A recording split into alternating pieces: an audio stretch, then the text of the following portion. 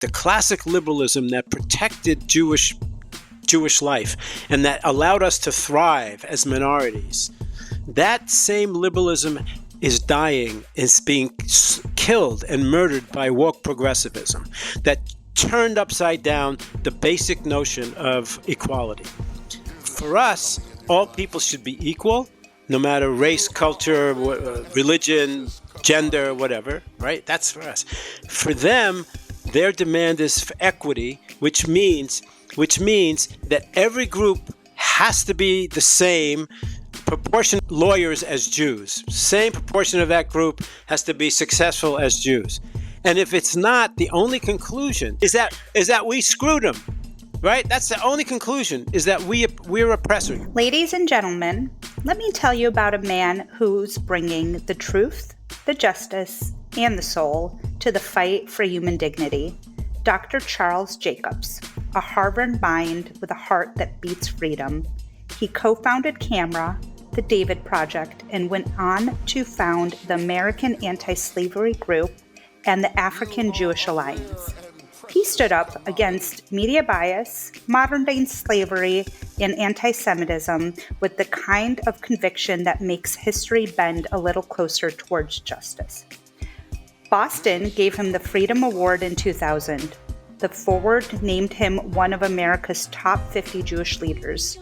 And today, the story of his voice, his vision, and his fight continues. Dr. Charles, we're so happy to have you on the podcast today. I want to start with, I think I was very naive to the fact that there actually was still a slave trade going on to this present day. And I know that you have been dealing with this for a very long time, including in the 90s when you were flying into Sudan. Can we start with what you were dealing with in the 90s and how we got to where we are today?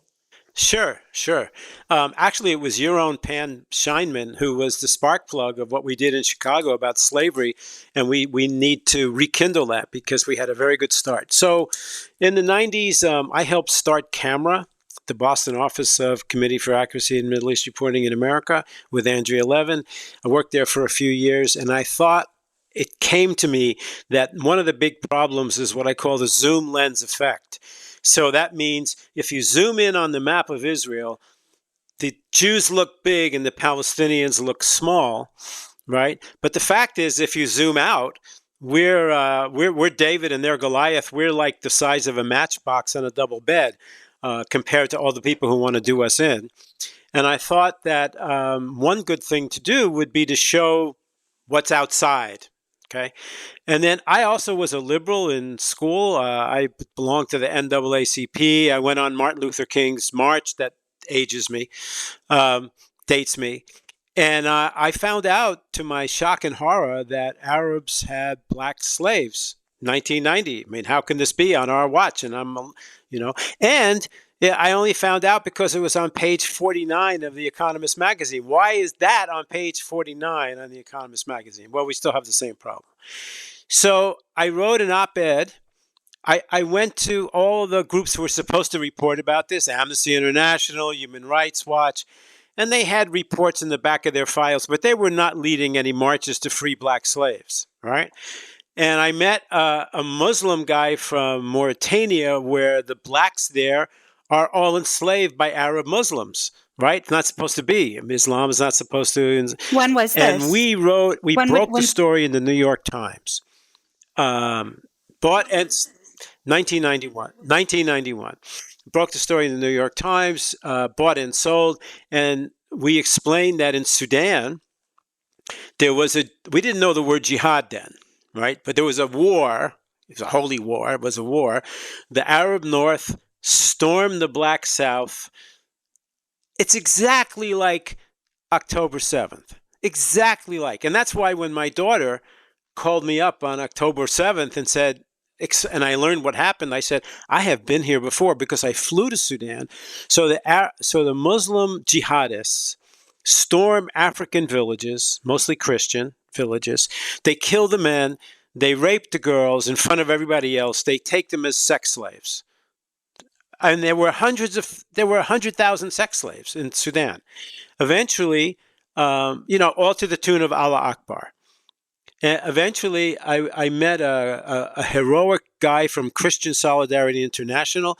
We flew into the war zone in Sudan. We paid Arabs to bring back the slaves. We redeemed slaves. I did it once on Pesach. What else should a Jewish boy do on that day? And I brought, once with me, I brought the Hillel rabbi from Boston University. And we fed them matzah as we told them the story about the Jews. We're the same thing, just a couple hundred miles different. Was that part of the catalyst? Your Jewish identity, is that part of what's driving this, or is it? It was. I mean, I was a Jewish liberal. My parents were. I was a red diaper baby or a pink diaper baby, as they call it. I don't know what that means. What's a pink diaper baby? All you young people, you can't even use the regular stuff that I used to use. Everybody, red diaper baby meant that you were born into a house of the left. And it came with the DNA. It came with your family, right? So I was a red diaper baby. I mean, not maybe a pink diaper baby, not so red. I mean, does this mean like affluence? I mean, I'm getting a picture of like your parents are well. No, we were lower middle class. No, but my parents voted for Adlai Stevenson instead of Ike Eisenhower, and we had labor union meetings, and we did this and that. So I was a man of the left. I belonged to the NAACP in high school. I was called an N-loving Jew for standing up for black people, and I went to Martin Luther King's march. And so I thought, my instinct was, you got black slaves and nobody, how can that be? So I formed a movement. I thought all we had to do was tell people that you could buy and sell a black woman for $20, right? In Sudan or Mauritania, and that the whole left would wake up. Guess what? Didn't happen. Why do you think that and is? We all know. Well, that's the no key Jews, to no news, everything right? that we face today, because the left has turned. They don't have a single standard of human rights, right? They're all about scolding the Western elites, and scolding the West for its bad behavior. We had black slaves, and so I have to expiate my guilt, right? I have to get rid of my guilt, and the way that I do that is to say that I'm not one of you Western white people. I'm with the other side, right? And so which it's so counterintuitive, right? I mean, that is what perpetuates these crimes against humanity, is this virtue signaling. Like you look at Macron the other day with Israel and Palestine, saying all that is doing is perpetuating this war. So it's the West. It's like this suicidal empathy that we talk about sometimes, I mean, suicide is right. Look at Europe, right? They don't have babies. They don't go to church. And they're invaded. They're invaded by a Muslim population that's not going to assimilate. That if you look at memory.com, you'll see them, or any place. They're open about it. We came here to conquer. We're going to impose Sharia law. So crickets after New York Times article, or what? No. I had a huge, because there were a lot of people, not the leadership of the human rights community, but a lot of decent people who said, you got to write a book, you got to form a movement. And so we formed a movement with Africans in the diaspora here in New York City, with black Muslim Mauritanians. And as soon as we did that, by the way, Louis Farrakhan went berserk, because his gig is to tell black people in America that Islam is the path to freedom. Well, if we're coming out with stories that Muslims enslave black Muslims, that Arab Muslims enslave, that is, that's Achilles' heel stuff. And he went berserk, and he started to attack us, and I actually had to have a bodyguard. We had black guys in Chicago Louis on our. Farrakhan had a hit out on you, is what you're telling me we were right now? worried about that. He certainly had a hit out on me rhetorically. I mean, they had a picture in the what do they call that?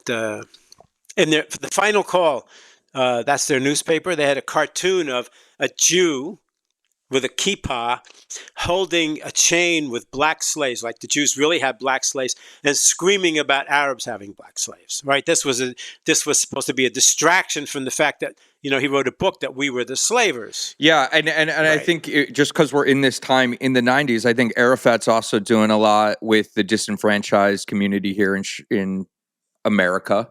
you know? Well, Jesse Jackson and Arafat were Right. buddies. So I think they were cross pollinating their narratives. And that's Right. why you get a lot of this in America. So okay, so people are responding to your article. Where does it go from there? We started the American Anti-Slavery Group. You can go look it up, and we have all these reports about slavery in Sudan and Mauritania. And by the way, I later found out that the Arab world was attacking South Sudan, which was black Christians, mostly Dinka tribesmen. You know Manute Bol? Dinka are extraordinarily tall and very, very, very black and beautiful people. I found out that the Israelis surreptitiously sent the Mossad into South Sudan to arm the black revolt against the Arabs. This was not known. I just found it out. And they now, in the end of the story is when George Bush, who found out about all of this because he's a Christian and these were attacks on Christians, he forced Khartoum, the government, to allow the Southern Christians to choose their own fate through a plebiscite. The Southern Christians voted 99.9% to leave, and South Sudan is the world's newest country because of the work that we did. Okay? So now we formed, years and years later, the jihad that was in Sudan has spread through all of Africa, all of North Africa. And we formed the African Jewish Alliance, and we came to Chicago, right? And we have Nigerians, we have Darfuris, we have Igbos, we have Mauritanians, we have Mozambikis, okay, and Jews. And they came to us and they said to me, we saw what you did in Sudan. We now need you. Nobody knows what's happening to us. And like when nobody knew what's happening to Sudan, we need the Jews. We need the Jews. They're our allies. What happened to you on October 7th is happening to us every day. So we formed the African Jewish Alliance. We came to Chicago because Ray Lopez, your incredibly brave city council alderman. We love him. We love Ray Lopez. He found out about this, and we had a resolution in front of the Chicago City Council that says we stand against the Islamic terror against blacks in Africa. My God, it passed. No news coverage. Unbelievable. No news coverage. Unbelievable. No news. And you'll see, you have a picture of all of us standing in City Council with Ray, and it's the Rainbow Coalition, guys. We worked with Stand With Us, Peggy Shapiro, who you had on your show. We worked with the Wiesenthal Center. And Pam Scheinman of your group was the spark plug. So, kol hakavod. That's amazing. Why was it important for this to happen in Chicago? What about Chicago made you want to have this resolution pass here? Well, we would try to do it all over the country because it's an attempt on our part to counter all the ceasefire resolutions against Israel. So to those city councils who already passed the city council resolution could no longer say, well, we're the city councilors. We just do street repair and bus routes, right? No, you did international. Well, here's one. How can you say no to this? Oh, I love that though, because I think that's kind of the inception for us too, was with Chicago City Hall.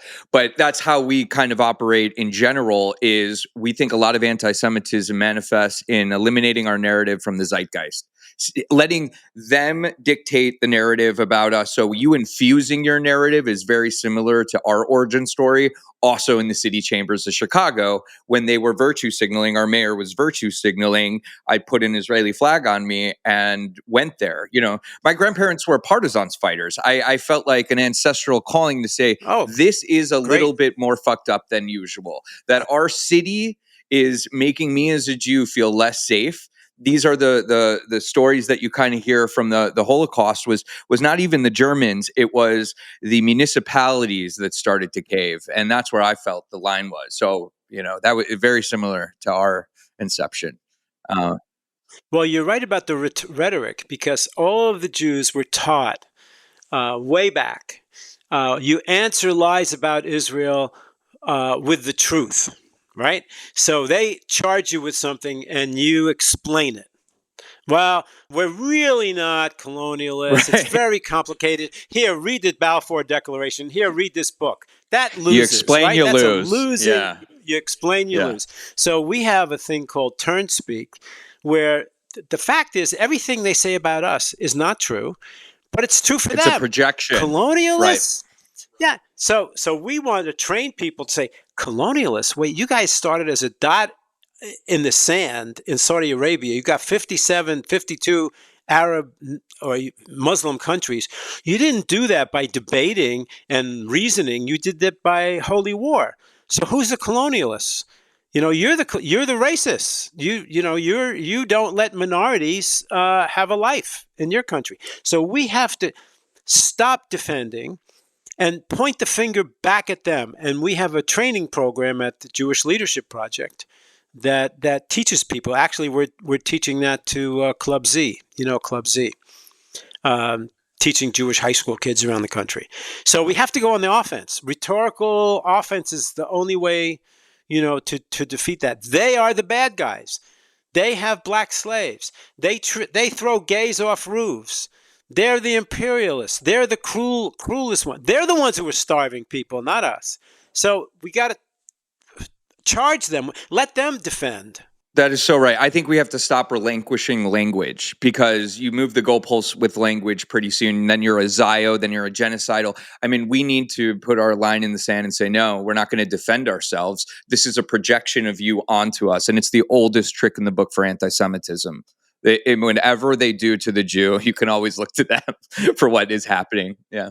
It's been amazing to watch Israel not care and do what they need to do, regardless of all these falsehoods and labels. But I want to back up and I want to get really granular because, again, I still think people do not really understand what is happening.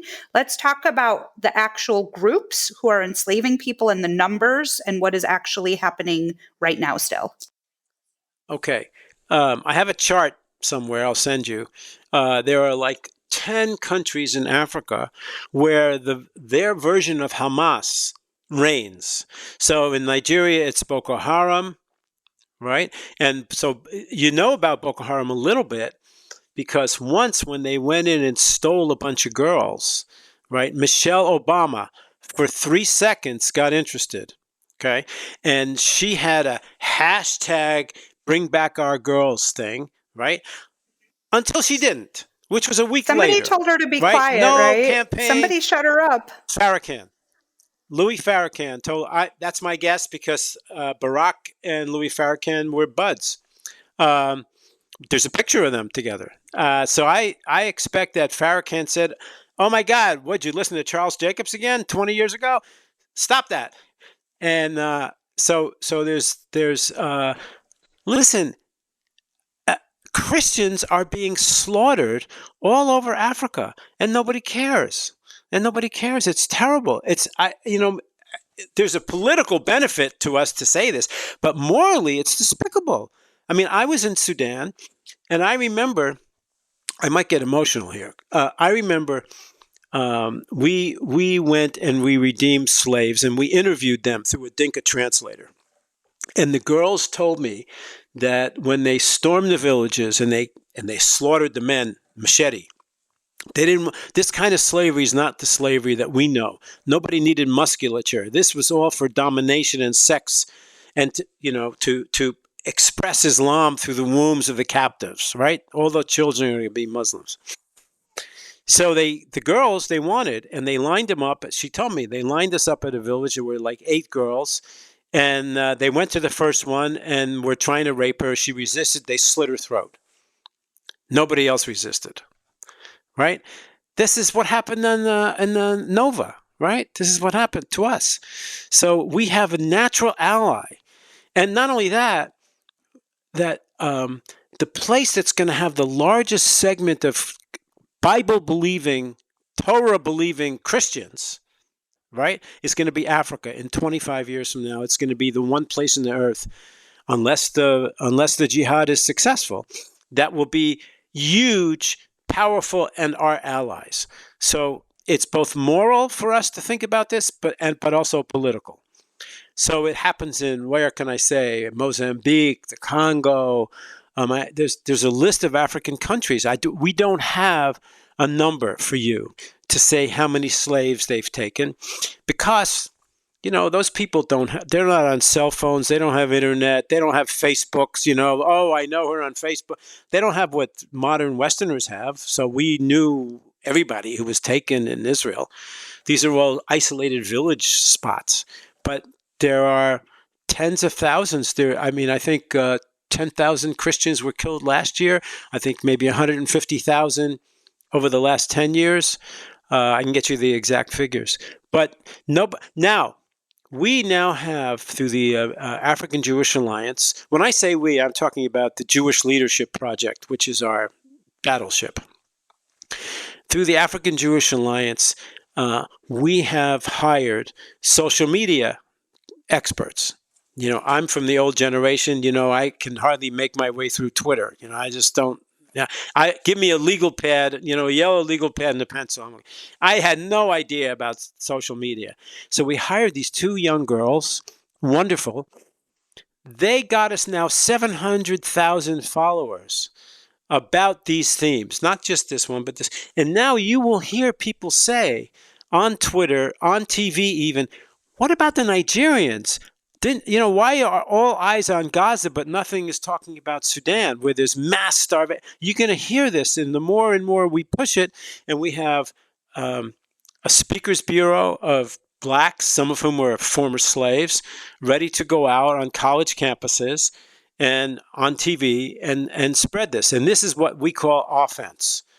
We had the wrong allies. Our Jewish leaders, we'll get to them in a second, told us the wrong thing. Right? They said, we're the experts, leave it to us. We know what to do. So we're going to link up with all these left-wing groups, and they're going to love us because we're all lefties too. We were victims too. And those very groups were the ones who turned on us and stabbed us in the back.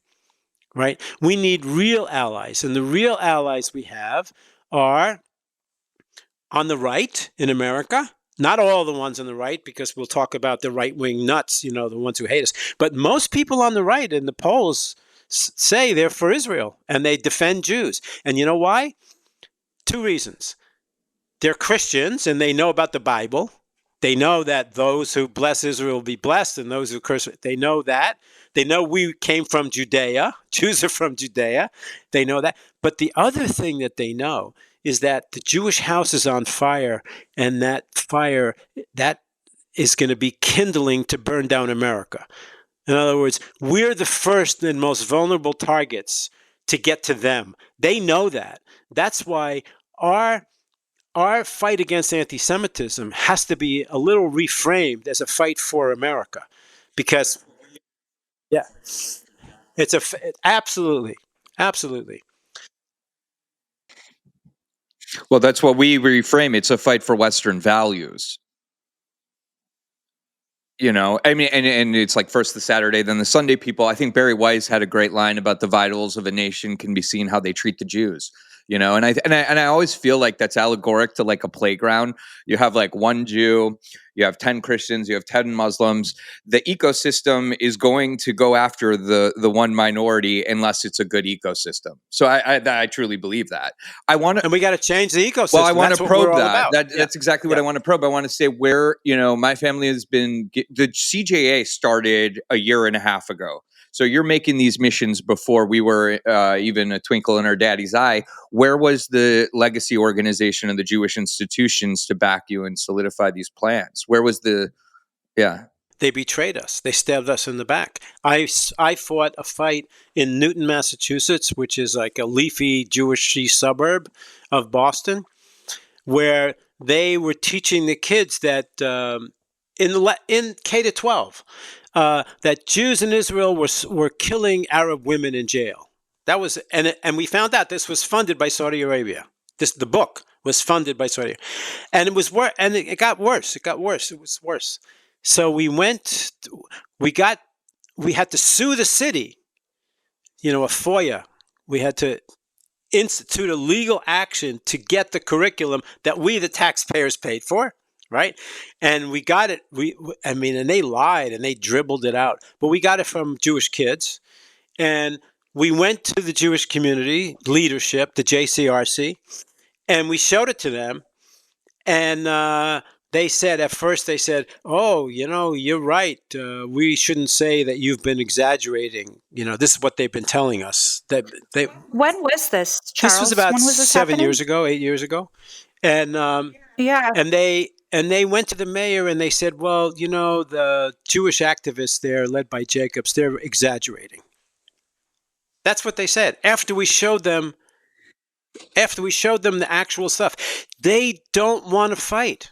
We see this anecdotally in our community as well. It must be within our DNA here. I mean, after leading this charge, it's... Go ahead, Simona. We were just talking about this. There's still something in the Jewish psyche that if we are just the good Jews and we don't cause everything trouble, will be okay, and we don't make waves, and we do everything correct, then they're not going to come for us. So we're watching this. We're watching really egregious things happening here in Chicago, and then we're calling them out, and people are like, oh, no, don't call that out. Oh, no, don't draw attention to it. Oh, no, we just ignore it.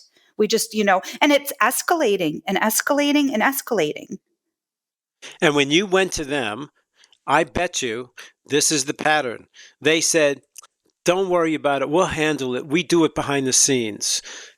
We know what we're doing. We do it. Well, what the hell did they do behind the scenes? They did nothing. If you were in charge of a company fighting anti-Semitism and the curve goes like this, you'd be fired. For sure. Right?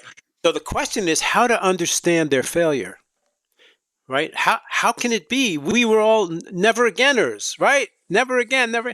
And here they are. So they're on the left politically. They can't stand. They don't want to believe the truth that the liberalism that we all were, the classic liberalism that protected Jewish life and that allowed us to thrive as minorities. That same liberalism is dying, is being killed and murdered by woke progressivism that turned upside down the basic notion of equality. For us, all people should be equal, no matter race, culture, religion, gender, whatever, right? That's for us. For them, their demand is for equity, which means that every group has to be the same proportion of that group lawyers as Jews. Same proportion of that group has to be successful as Jews. And if it's not, the only conclusion, if there's not as many black lawyers proportionally as there are Jews, the only conclusion is that we screwed them. Or Jews, right? That's the only conclusion, is that we're oppressors. Right. So the Jews, which we used to be on the bench of all the minorities, right? We were the elder brother of all the minorities with the longest history of oppression. So we were guiding them, helping them. We led the civil rights movement, etc. We got kicked off that bench, and they brought in the Arab Muslims to be on that bench. That's what happened to us. It's gotten so far, and I don't know if you've heard about this, but our Evanston School District, which is a suburb just north of Chicago, they're one of the first ones to, I believe, pass reparations. But one of the things they've done is, and I believe they were sued for it, and it was found to be illegal, and they cannot do this, but they actually were separating Black students in math classes because the way math was being taught is a white supremacist idea, and it is not appropriate for Black students. So they had separate math classes in place just for students of color. And that, to me, we've gotten full circle on the racism here. Why would you pull Black students out of math class and tell them you're not capable of learning math the way everybody else is? So what kind of messaging is that for these kids? Well, it's the messaging that goes along that we are going to re-tribalize America. We're going to destroy America. How do you do that? You make all these different groups who are going to be a melting pot. This was the only place in the world that this could happen. You had different tribes becoming one. We're going to take that apart. We're going to re-tribalize America. By the way, you should listen to what Black conservative intellectuals have to say about, 2 + 2 is 4 is white. They go nuts about this because it is racism. Read Thomas Sowell, or I love Thomas Sowell. Yeah. or those. I mean, this is horrible. It's racist, and it's going to really destroy not just America, but I mean the blacks too. Well, can I just, one thing you were talking about is we want to preserve American values, and one of them being merit. And I couldn't agree more with, we believe in liberalism still, and we believe in equality. We want equality. We don't want equal outcomes. That's not American. Once you start, trying to get the equality on the outcomes, that's where you start dabbling into, well, who gets it? And what is the subjective nature of why this person is now traumatized more than this person?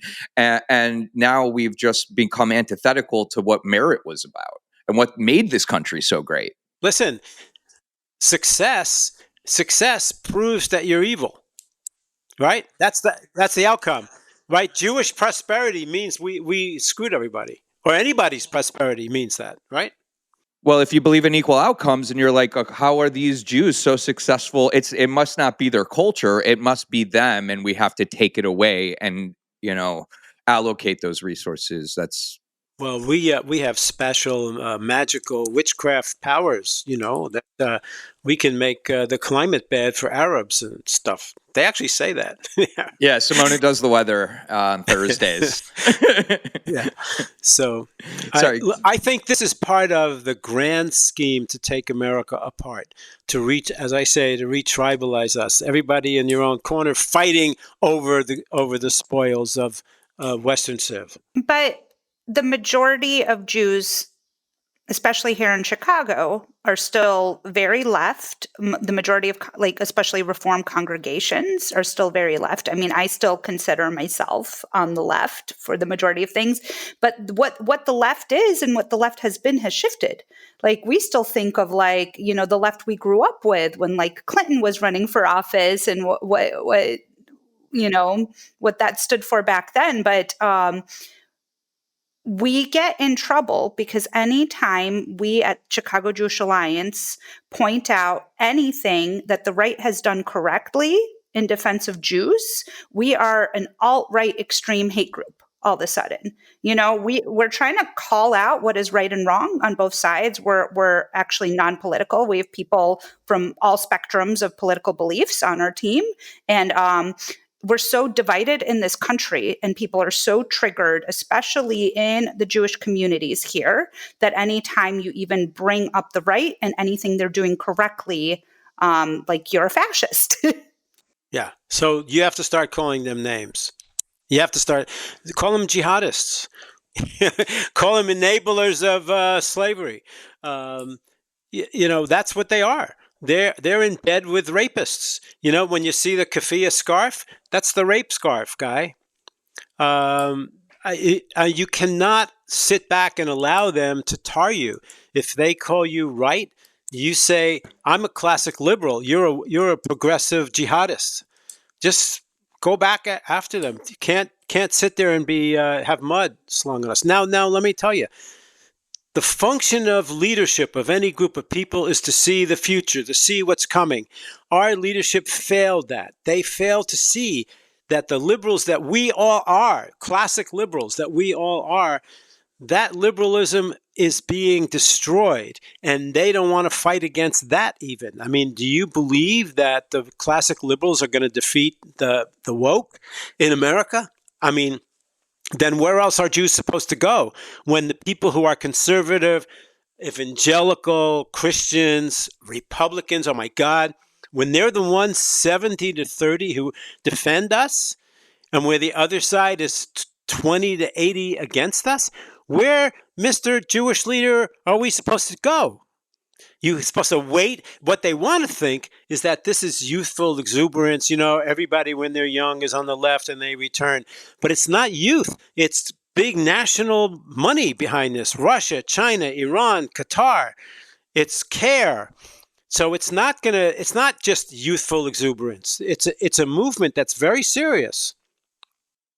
I do want to mention this caveat because it's been on my mind. I'm with you, and trust me, we call the balls and strikes as we see them. But the woke right, I think is fermenting. And I think it is, again, one of those signs, Jews saying, don't worry about it. It's nothing. But even, beyond Candace Owens and Tucker Carlson, actually, they had an engagement with Nick Fuentes, who is super aggressively anti-Semitic. Now, this guy has been kicked off of every single social media platform, yet he is accelerating exponentially after this debate, meaning that we think as Jews in the middle, like, oh no, Candace, her orbit of like right, she's going too far right. No, she was actually the one who was more centered. So I really do want Jews to understand no one's going to save us. We need to save ourselves. We need to create these infrastructures. We need to get Jews in power, enough of not fighting back and being complacent and hoping that we're going to be saved from the right. You're absolutely right. The threat on the right is horrific. I followed Nick Fuentes. Candace Owens, by the way, used to be with us. And then maybe Qatar gave her some husband. money, or her husband, or her husband, whatever. And Tucker Carlson used to be on our side. He wasn't really ever pro-Israel, but he was okay on everything else, I thought. But you're absolutely right. It's a perfect storm. We're attacked from the right and the left and the blacks and the Muslims. Think about it. Right, left, black, Muslims. Now, that said, still, we have natural allies that you would say are conservative. We do. And we need to and we do need to do what you said, which is to be strong, powerful Jews. But my goodness, we need allies. And the allies that we need are the ones who understand that the attack on us is meant as the first battle against Western Civ. And there's an awful lot of people there like that. Do you know, this is not public yet, but and it's not going to be made public yet, but there's a way to put together all of the victims and targets of jihadism around the world together. You have the Druze, you have the Hindus, you have the Yazidis, you have the Alawites, you have southern Yemenites, you have Copts in Egypt, you have all of Europe waking up. I mean, that's the coalition. And I'm sorry if you're a liberal and you don't like, the defense against jihadism, you're on the other side. But that's we need allies, and there are natural allies. And every one of those people fighting against their own jihad attacks think they're alone. They don't have to be alone. Stay tuned. I just kind of want to speak to something else. How I kind of got hip to you is you seem to be sitting, like I was saying, at this nexus of all of these. Throughout the country, there have been these homogeneous pockets of Jewish advocates, philanthropy, but actually aggregating them, connecting them with tentacles around the country to cross-pollinate resources. That seems to be where you are sitting right now, and where every time I speak to people, they ask, have I met you? And so can you speak a little bit to that and how we can embolden ourselves here? Yeah, please. That's a great. Listen, there needs to be a new national Jewish movement. It has to be clear and brave and strong. And when we first started Jewish Leadership Project, like 3 or 4 years ago, we had 12 teams across the country. And you know what we had them do?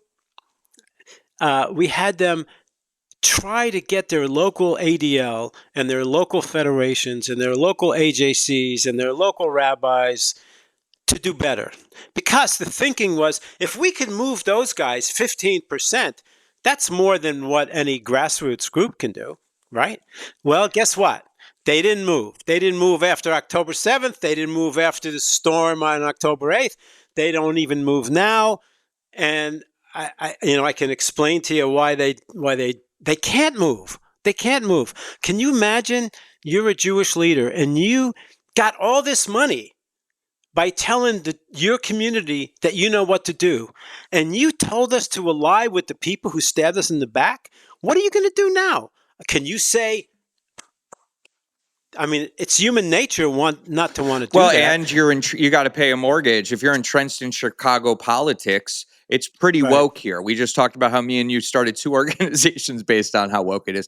And so maybe they really look at it as, this is my livelihood. I got to pay a mortgage and I got to. Right. I got to send my kids to Where school. we Right. find it So, existential for Jews, I'm in healthcare, for example, and I do this 24 hours a day. I mean, because I truly altruistically find it existential, and I don't think it's fair to push the buck to the next generation of Jews here. Oh, right. Right.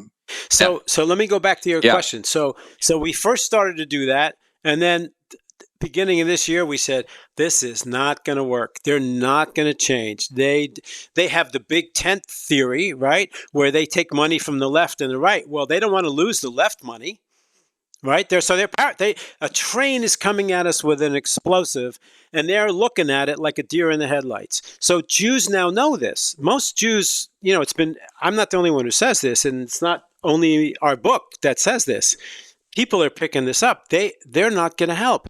So we have to end run them, right? So what we want to do is to build a national network of groups just like yours who are doing the right things, or people who are isolated who need to join groups like yours and make them bigger. So we offer a set of services. We want to be a clearinghouse, like you said, a nexus, okay? So if you're working on K to 12, and the horrible curricula in there, we know people who have done this before. You don't have to reinvent it, who know what to do, and we send, when possible, we send you that. If you need a lawyer, when possible, we send you the lawyer. If you need to know what to do on college campuses, we work with SSI, Students Supporting Israel. We work with Camera. We work with the Club Z. We work with, so we want to help all of these little groups have the same framework, mental framework that we have. Not everything that I believe, but 80% of it. Get on the same page, and we cross pollinate. So if you had a story in Chicago, we can help you publish it. We can help you write it. We can link you up with a group in Omaha that has the same problem, and you can talk to each other. So there needs to be, if we're going to build this up from the bottom, right? I mean, of course, we're all praying for the new Moses to come floating down the Nile. When that happens, we can all go to the beach, right? But that hasn't happened yet. So we have to start from the bottom up, and that's what we want to do. So we offer to you. This is kind of what we did with what we did at the City Hall. We want to do more of that with you. We want to help you. We want to give you speakers from all over the place that break the framework of anti-Zionism. That's what we seek to become, a clearinghouse for all of these groups. So in 2023, you published a book called Betrayal, the Failure of the American Jewish Leadership. I know for me, after October 7th happened, we have one of the largest outside of New York and maybe Florida. We have a huge Jewish population here, and I felt so alone. I felt so abandoned. I felt so alone. I felt so scared. I was a mother. I wanted to protect my children, but I also knew I wanted my children to not have me living in fear and hiding and standing up and doing something. And we just saw nothing. It was like crickets out here. There was no mobilization. There was no show of strength. There was nothing. And that's when Danny was organizing the first rally at DePaul to support the Jewish students on DePaul, right next to the encampments. And it was the first. If they get a spot, we get a spot. Yeah. And it was the first one where it wasn't like, oh, hush, hush, don't tell anybody, or, oh, they're going to find out. It was like, this is what we're doing. We are not hiding what we're doing. So I called up Danny and I said, hey, how can I help? And, that's really, some of the formation of Chicago Jewish Alliance is Danny just being like, something needs to be done. People need to know that they're not alone. But we have these huge groups who have been in Chicago. We have the Federation here, and it was like crickets. And as a Jewish woman and a mother, I was terrified. And I needed to see Jewish groups coming together and supporting Jews. And unfortunately, that wasn't happening. But this is, the Dannies of the world are who turn history, right? If you were communist, you'd be the vanguard party, right? That's what Lenin would have called you. So the Federation. Have you ever asked any one of those guys or sat down with them for a coffee and said, listen, you told us to link up with these guys, and October 7th, they stabbed us in the back. What's your new strategy? What are you going to do now? Are you going to hope that they're going to have a dream or a vision and figure out that they're wrong? What are you going to do? They don't have an answer for that. They don't. Ask them. No, really, try. I think it's important because, a lot of them are good people who got, a lot of them had good intentions always. I mean, yes, they were cowards, and yes, they were soft, and yes, they were leftists, but they don't want to see this happening. So go ask them. Say, listen, I want to have a coffee with you. What are we going to do? Why don't we unite with the Africans who are getting jihaded? Why don't we unite with the Persians in America? We do, right? We're going to send you, the Iranians who don't want the Ayatollah. Why don't you think of something different? We'll help you think it through, but stop being paralyzed. I think the anecdote too might be, don't even bother with the question at this point. Just start doing something in your community. Because it really is true that okay, we don't really have the luxury to sit here and talk about how bad it was. We started this conversation where I said my grandparents were partisans fighters, and they would run into their village to try to say to cousins in the ghetto, please come with us, and they didn't, and they were all murdered.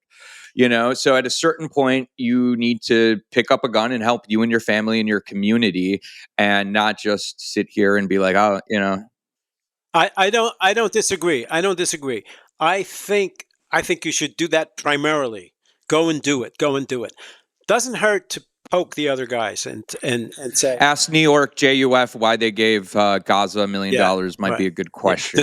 Well, let's talk about legislation. I know that there's actually been legislation that has been backed by some of these larger organizations that is not actually favorable to Jews. Yeah. I mean, recently the Conference of Presidents of major Jewish organizations sent a letter to universities, or had a position paper that said the colleges have to do this, and this. And those were all good. You know what they left out? They left out, you got to get rid of DEI. Right? So DEI is the framework that determines everything. DEI teaches kids that we're bad, and they don't want to fight It's the instrument of oppression. They don't want to fight the left. They don't want to do it. That's shameful. And they have these fights over the IRA definition, and they have these fights over what we should do. And the Jewish Democrats in Congress are like the worst. Right? They're just Schumer and Nadler and Now, we work with a group called ICANN, an Israeli group. We had Dylan Hosier, head of it, on our podcast, and he made a point that I hadn't even thought of before. All of these Jewish groups are 501c3s. 501c3 allows you to take donations as a charitable group and to give tax credit to the donor. But what you can't do if you're a 501c3 is get into political fights. You can't endorse candidates. You can't fight resolutions against Israel. And that's what the other side is so good at. So Dylan has a 501c4, and he's teaching Jews like you guys to have a 501c4 part of you that can do the kind of basic combat. And what else he's found? I'll connect you to him, since I'm the nexus. I love that. I'll connect you to him. You know what else he does? He's found out that what the radical Muslims' plan and strategy is to get elected to dog catcher, to get elected to city hall, to run for this office, to run for that office, and then slowly normalize yourself, and get higher and higher and higher. And he can tell you who they are and who to fight against if they're anti-Israel. We're watching this happen here, and we're watching it especially in areas where there isn't a large Jewish population, because I think it's, we come take over Elk Grove Village. We start with screenings at the Library of Israelism and When the Olive Tree Weeps. And then we have, these AMP-backed candidates running for smaller Care. offices and things. And it's like in places where there's like the one Jewish person there is the one putting up the alarm, but there's no coalition. And then, you start on the outskirts and you work your way in. And that's what, I mean, not that it's not in, because we have a mayor who wears keffiyehs and, but, yes. he does. We have photos of him in it. He wears the people rape are scarf? freaking out about New York. I'm like, we've had this guy as a mayor already ideologically for a year and 2 years, But I want to get back to the Jewish organizations, because we're not a large population, and the infighting drives me crazy. I want to be like, hey, we're all here for the same cause, like kumbaya, like let's get along, let's work together. I never want to, I'm not one to throw other Jews under the bus. I'm not one to really, I don't want to talk negatively of other Jews at all. And it's been a challenge. It's been hard. I don't know why we can't all work together. And just to caveat that, for me, it's been hard to muzzle myself, because all I want to do is talk about how it's terrible and how it's unsustainable.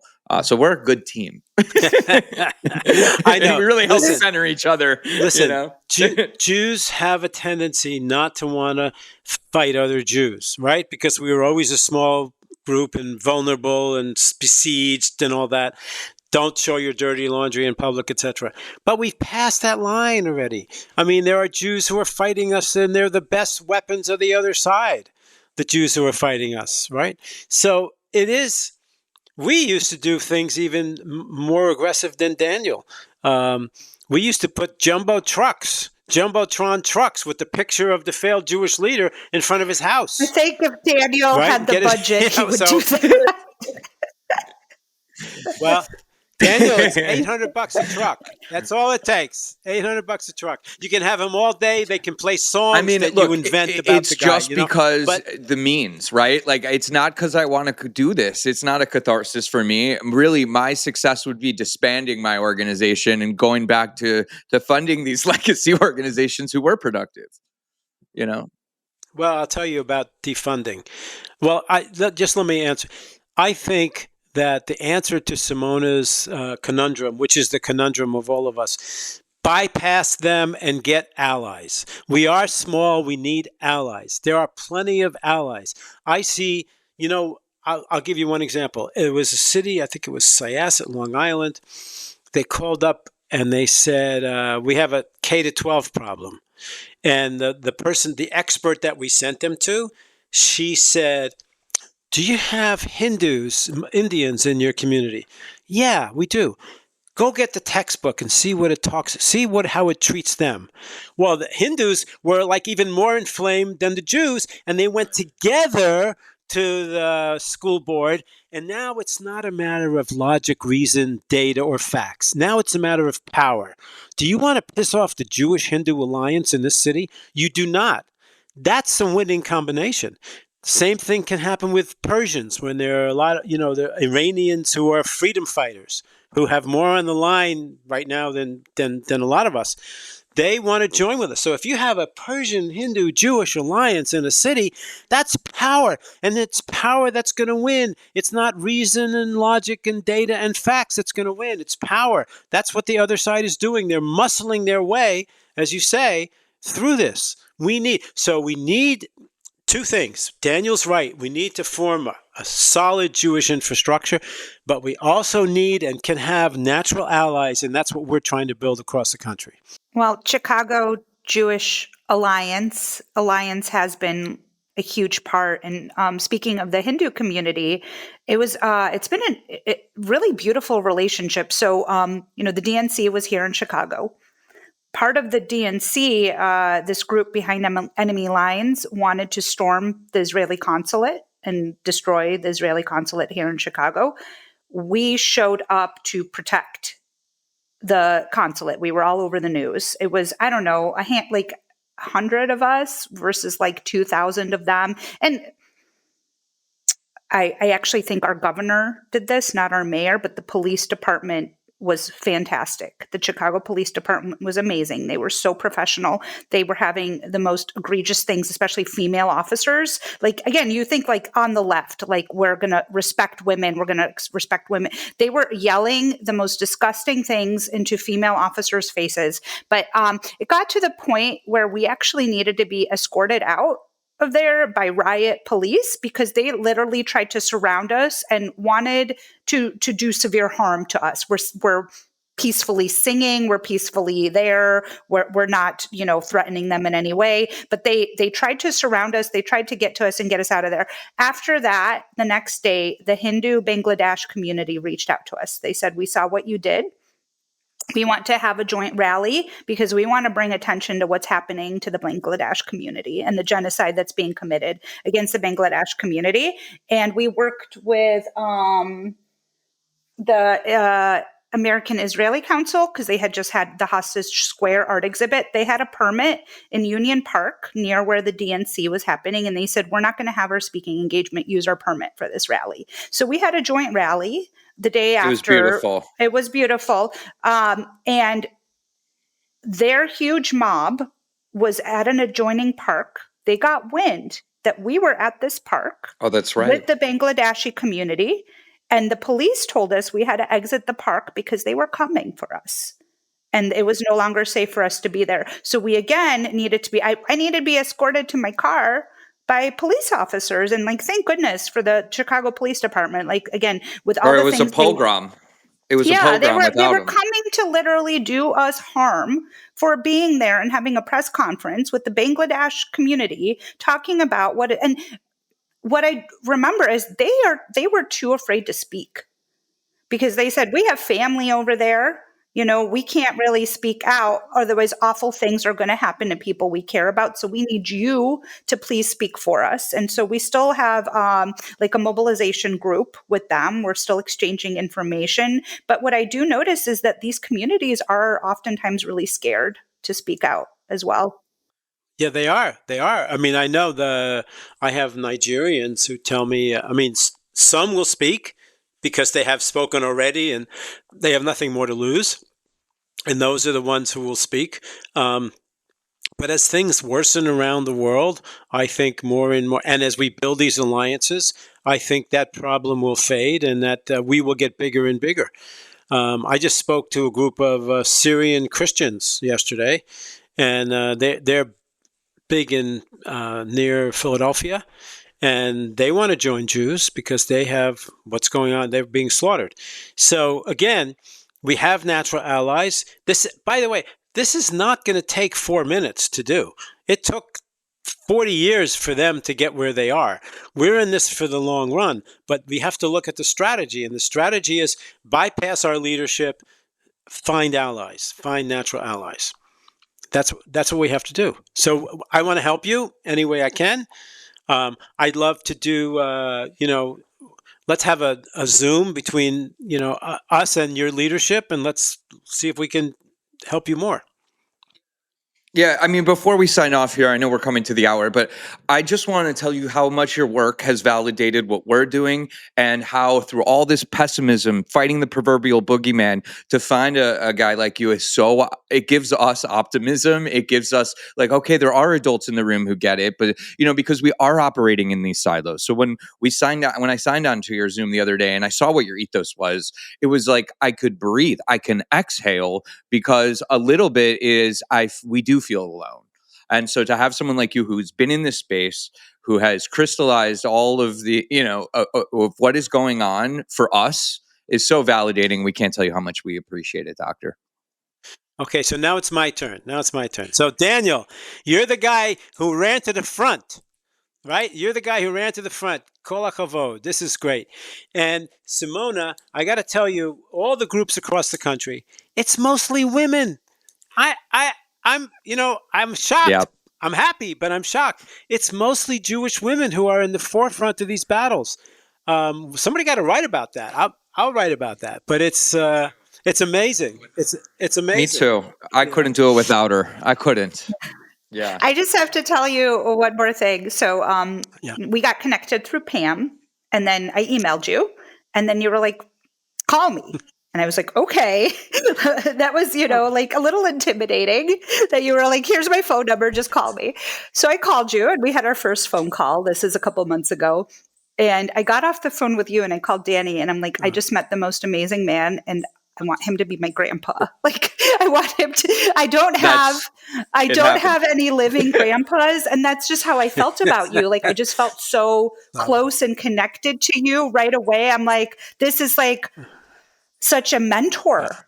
This is such a mentor I'm meeting, and you don't come across You're people making me you blush. feel that way about Saba often. Charles. And I think and then Danny had his first phone call with you, and he calls me, and he goes, Charles Jacob is Oh, wow. who I want to be when I grow up. You got to save I want this to for be my Dr. wife. That is Charles what I Jacob. said. So we, Yeah. This is really, really so we just thank have you the so much, utmost and respect for you. I want to work we with really, you. really I want do. to really work with you, and we're going to form this coalition and this network, and we're going to be strong Jews. Okay. Dr. Charles Jacobs, thank you for joining us. Your life's work reminds us that one person with moral clarity can move mountains. Whether it's exposing modern-day slavery, challenging media bias, or defending the Jewish people. To our listeners, if this conversation inspired you, share it, subscribe, and be part of the growing community. You can find us on Spotify, Apple Podcasts, and on YouTube. This has been Jew and Stew. See you next time. Follow the Chicago Jewish Alliance to stay in the loop and subscribe to this podcast so you can see what's coming next. We're going to have speakers that represent the entire spectrum of the Jewish community, from philosophical thinkers, from soldiers, people on the front lines of advocacy work on universities. Thank you for being here. We'll see you next time.